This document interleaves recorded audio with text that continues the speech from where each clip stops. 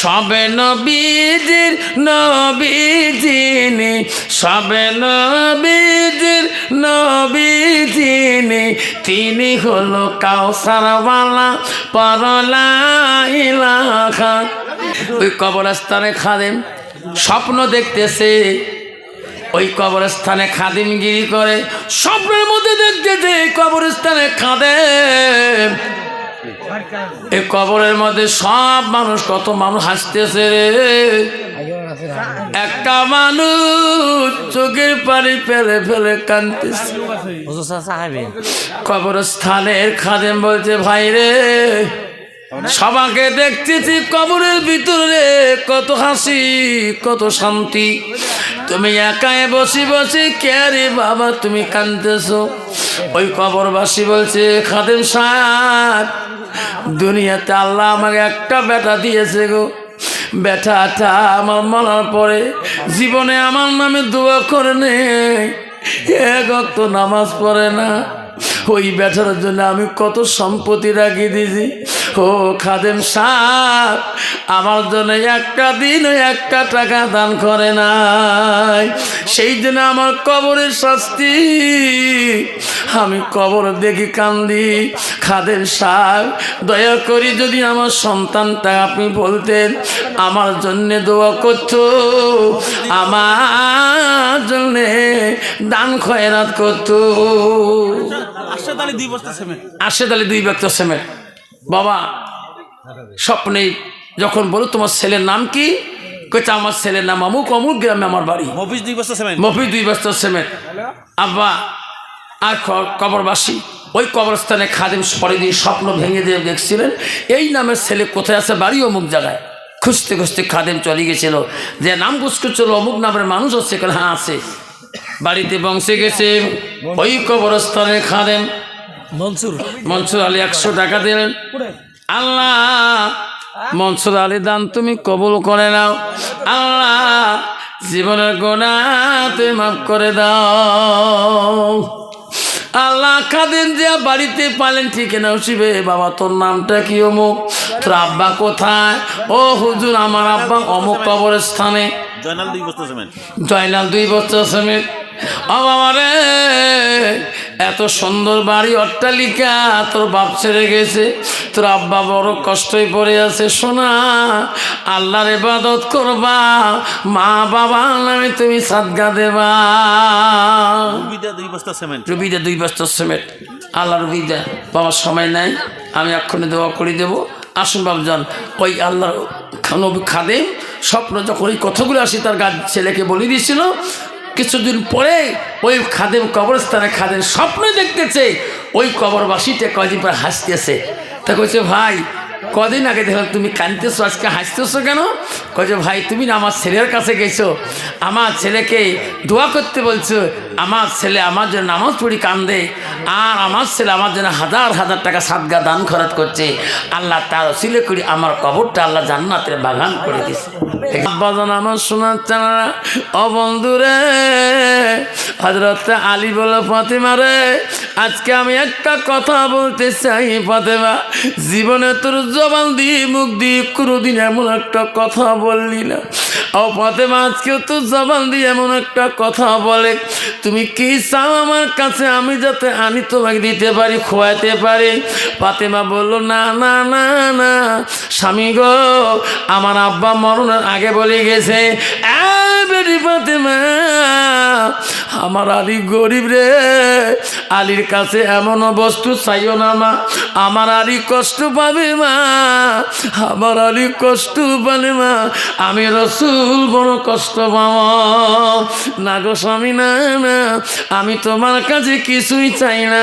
আলী বলছে, না ফাতেমা, তুমি যদি আজকে মুখ ভরে কিছু চাও, কোনো বলো, যদি আমি খুশি হয়ে যাব। ফাতেমাকে আলী এত ভালোবাসে রে, স্বামীর ভালোবাসা দেখি হযরত ফাতেমা বলল, ওগো স্বামী, তোমার ভালোবাসা আমি ভুলতে পারি না। স্বামী গো, আমি ফাতেমা আজকে তোমার কাছে মহব্বতে চাই কি, আমাকে একটা ডালিম ফল আনি আপনি খাওয়াবেন। সুবহানাল্লাহ, সুবহানাল্লাহ। কি ফল? জোরে বল। ফাতেমা ডালিম খাইলেন, চাইল রে আলী বড় খুশি হইল। আলী মদিনার দিকে দৌড় মারলেন। আল্লাহ, ওই দিন আলীর পকেটে এমন একটা পয়সা আলীর কাছে ছিল না। আলী চিন্তায় পড়ে গেল, আল্লাহ নবীর বেটি কোনোদিন জোর করে আমি বলি নাই, আজকে ফাতেমাকে আমি বললাম। ফাতেমা খুশি মনে বলল, স্বামী গো, একটা ডালিম ফল আপনি যদি খোয়ান আমি ফাতেমা বড় খুশি হয়ে যাব। আল্লাহ, আমি আলী কেমন করি ডালিম কিনবো, আমার কাছে পয়সা নাই। আলী মদিনার বাজারে গলিতে গলিতে ঘুরে রে, চোখের পানি ছেড়ে কাঁদে, আল্লাহ নবীর বেটির মনে আমি বড় দুঃখ দেব যদি আমি ডালিমটা খাইতে না পারি। হযরত আলী মদিনা বাজারে ওই কাজের সন্ধানে চলে গেলেন। কাজ করি হলো পয়সা কামাই করে ডালিম নিয়ে যাবে। হযরত আলী কিছু কাজ করিয়া ওই সামনে ডালিমের দোকানি দেখে, দৌড়ে যা। দোকানি কি বলে, দোকানি রে আমাকে একটা ডালিম দে। ও দোকানি পয়সা নাও। দোকানি পয়সা নিয়ে হযরত আলী হাতে ডালিমটা দিয়ে দেয়। সুবহানাল্লাহ। আল্লাহ বলে, জিবরাইল কে? জিবরাইল তাড়াতাড়ি যা। আলী ডালিম নিয়ে বড় খুশি হয়েছে রে জিবরাইল। এই ডালিম যাতে ফাতেমা পেটে না যায়। জিবরাইল রে, আলীর কাছ থেকে এমন ভাবে ডালিমটা কারিয়া এমন ভাবে তুমি আনবা আলী যাতে তোক চেনে না, তোর নাম জিবরাইল। সুবহানাল্লাহ। সুবহানাল্লাহ বাড়িতে করবেন, এটি করবেন। সুবহানাল্লাহ। আর সুবহানাল্লাহ। জিবরাইল আলাইহিস সালাম আসলেন, আলী বাড়ির কাছাকাছি হয়ে গেলেন। জিবরাইল আলাইহিস সালাম আসি বলে, আসসালামু আলাইকুম আলী করমুল্লাহ। আলী বলো, ওয়ালাইকুম সালাম। আম্মাজান আমার শোনা চাক হযরত জিবরাইল আলীর সামনে এসে প্রশ্ন করে, আলী রে আমি একটা দিন ভিখারি মুসাফির, আমাকে কিছু তুমি দান করবা নাকি? আলী বলল, কে গো? আমার কাছে তো কিছুই নাই, আমি কি দিয়ে তা দান করব? ভিখারি রে আমার কাছে কি আছে তো দিয়ে শান্তি করব? রজব আলী 1000 টাকা। আল্লাহ রজব আলী দান তুমি কবুল মঞ্জুর করে নাও। আলী ফাঁকি দাও কেন রে?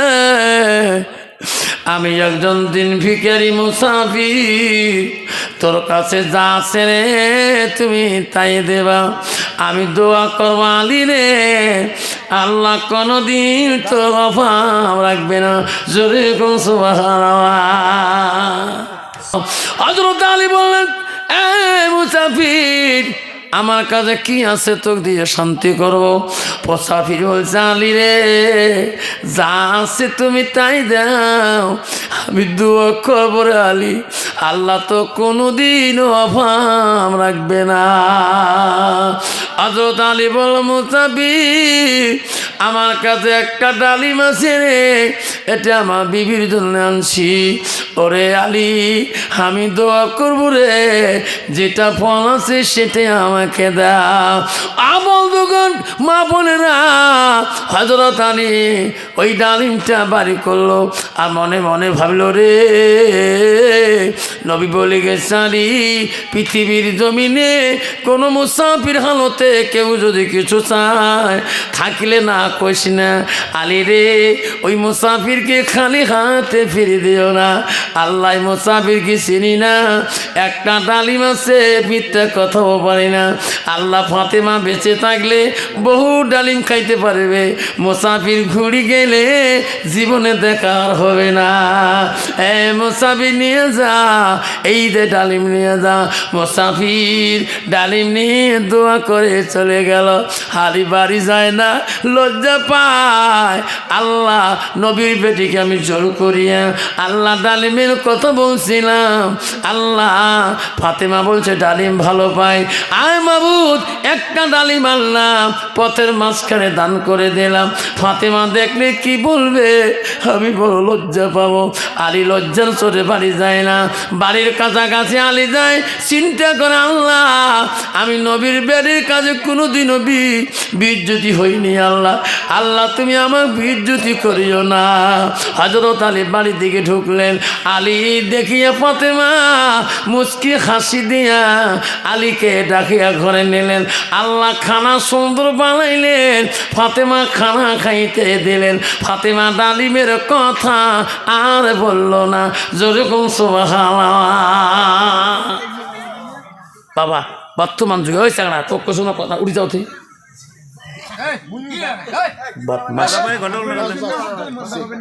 বাবা কথা কোন আর কন্যা হাব্বা আমার সোনারা। হযরত আলী লজ্জা পাইতেছে,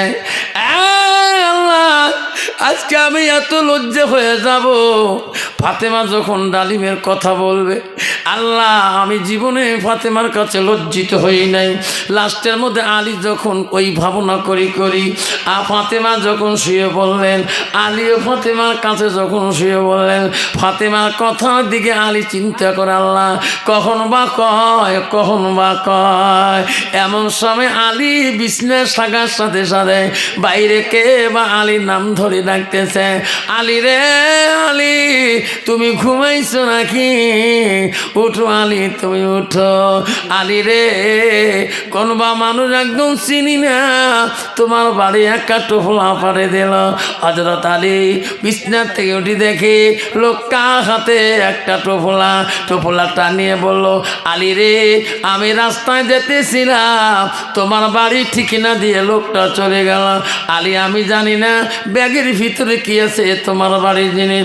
হযরত আলী ঘরের ভিতরে দেয়া ওই ব্যাগটা খুলিয়ে দেখে রে একটা না 10টা ডালিম, সুন্দর সুন্দর ডালিম ব্যাগের ভিতরে সাজানো করা। ফাতেমা বলে, স্বামী গো বাইরের থেকে কি নিলেন? কয় ফাতেমা ব্যাগের ভিতরে কি? কয় ডালিম। কয়টা? 10টা। ও স্বামী 10টা ডালিম কাই খাবে? ফাতেমা তুমি না বলছো? না না না আমি তো 10টা ডালিমের কথা বলি নাই, ও গো স্বামী আমি একটা ডালিমের কথা তোমার কাছে বলছিলাম। কয় ডালিমের কথা বলছি ফাতেমা? তোর এখন কয়টা? ফাতেমা বলছে আমি একটা ডালিম চাচ্ছি, 10টা চাইনি তো। 10টা ডালিম করে পেলেন, কাইবান ভুলে আমার বাড়িতে দিয়ে গেছেন। ও স্বামী এই ডালিম ভাই আমি ফাতেমা খাবো না, এই ডালিম ভুলেও আমার বাড়ি ঢুকে গেছে। আমি রিটার্ন দেন। আমার মতন মেয়ে যদি বা স্ত্রী যদি বিড়ে তুই কষিস 100 টাকা শুরু করবি, পকেট মারবি, আজকে 3000 আনছ, কালকে 5000 মারবেন, ঠিক না? ঠিক মা বোনেরা, হযরত ফাতেমা বলছে স্বামী গো আমি চাচ্ছিলাম একটা ডালিম, এই ডালিম আমার না। আলী চিনতে পড়ে গেলেন, আল্লাহ ফাতেমা সত্য তো একটা ডালিমের কথা বলছে। আল্লাহ বলছে জিবরাইল আলী ফাতেমার এত ভালোবাসা নষ্ট করা যাবে না।